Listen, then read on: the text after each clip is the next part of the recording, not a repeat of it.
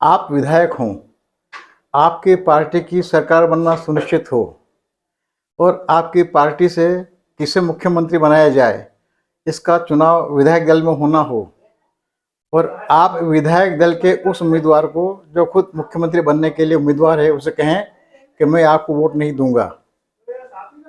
आप उस जगह हो, उम्मीदवार की जगह, तो आप क्या सोचेंगे? आप उम्मीद नहीं कर सकते ऐसा कभी हो सकता है। ऐसा हुआ और ये दादा के और श्यामा चरण जी शुक्ला के बीच में हुआ। बहुत रोचक प्रसंग है, अविश्वसनीय जैसा भी है, और इसका अंतिम परिणाम तो और भी अधिक अविश्वसनीय लगता है। आज आपको वही बताने की कोशिश कर रहा हूँ। नमस्कार, मैं विष्णु बैरागी। आप देख रहे हैं मेरा यूट्यूब चैनल बैरागी की बातें।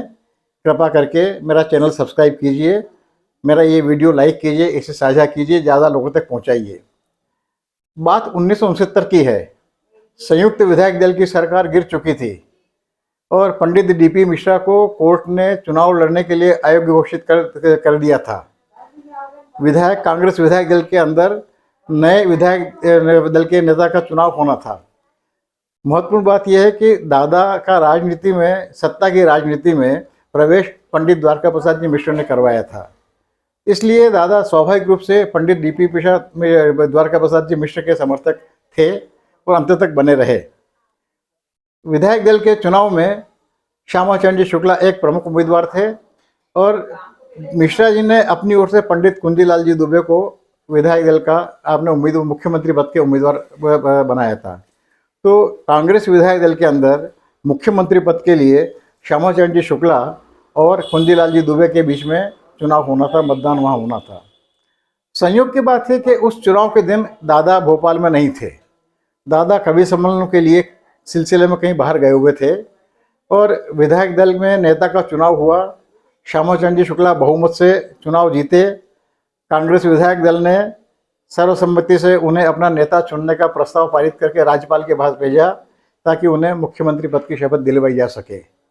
इस कार्रवाई के शायद तीसरे दिन दादा भोपाल पहुंचे और विधायक विश्राम गृह के अपने बरामदे के वाली जो उनकी दीवार होती है, उस दीवार पर वो कांच रखे अपनी दाढ़ी बना रहे थे।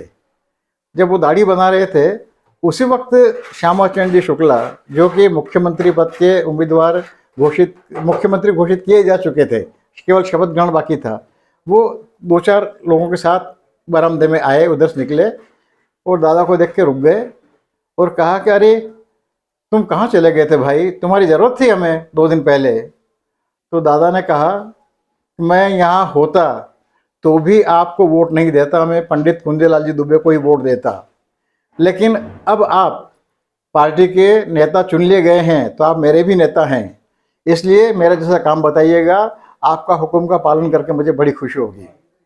श्यामा चरण जी ने उनके कंधा थपथपाया और कहा कि तुमने इतना साफ साफ कहा है तो अब मुझे तुमसे कोई खतरा नहीं है। और इसके बाद आप कल्पना कीजिए, श्यामा चरण जी की जगह होते और आपको मंत्रिमंडल बनाने का काम करना होता, तो फिर क्या आप ऐसे आदमी को अपने मंत्रिमंडल में जगह देते जिसने मुंह पे वोट देने से मना कर दिया हो? लेकिन आश्चर्य की बात यह है कि जिन श्यामा चरण जी को दादा ने वोट देने के लिए मुंह पे मना कर दिया था, उन्हीं श्यामा चरण जी ने अपने पहले मंत्रिमंडल में दादा को सूचना प्रकाशन राज्य मंत्री बनाया। ये राजनेताओं के संबंध और मन कैसे होने चाहिए, कैसे होते थे, इसका एक बहुत छोटा सा नमूना है और ये नमूना इतिहास में दर्ज है। दादा ने अपना इस सारे प्रकरण का उल्लेख 2-3 लेखों में भी किया और उसके बाद श्यामा चरण जी के सबसे प्रिय मंत्रियों में से दादा एक मंत्री प्रमुख रहे और जिस तरह से बाद में दादा ने दिग्विजय सिंह जी को दिग्गी राजा नाम का संबोधन दिया था, लगभग उसी तर्ज पे श्यामा भैया का संबोधन श्यामा चरण जी शुक्ला को दादा ने ही दिया था। और बाद में तो ये कहा जाने लगा था कि ये वाल्मीकि बैरागी सरकार के सूचना प्रकाशन राज्य मंत्री नहीं, श्यामा चरण शुक्ला के सूचना प्रकाशन मंत्री, प्रचार मंत्री हैं। बहुत अद्भुत और अविश्वसनीय ये घटनाक्रम है और इसे सुनने के बाद में हर कोई विचार में पड़ जाएगा। मैं आपसे कह रहा हूँ, ये सब सुनने के बाद में अपने आप को श्यामा चरण शुक्ला की जगह पर रख के देखिए और बताइए, आप होते तो क्या वाल्मीकि बैरागी को अपने मंत्रिमंडल में लेते? धन्यवाद, नमस्कार, हमारा चैनल देखते रहिए, सब्सक्राइब कीजिए, मुझे मदद कीजिए।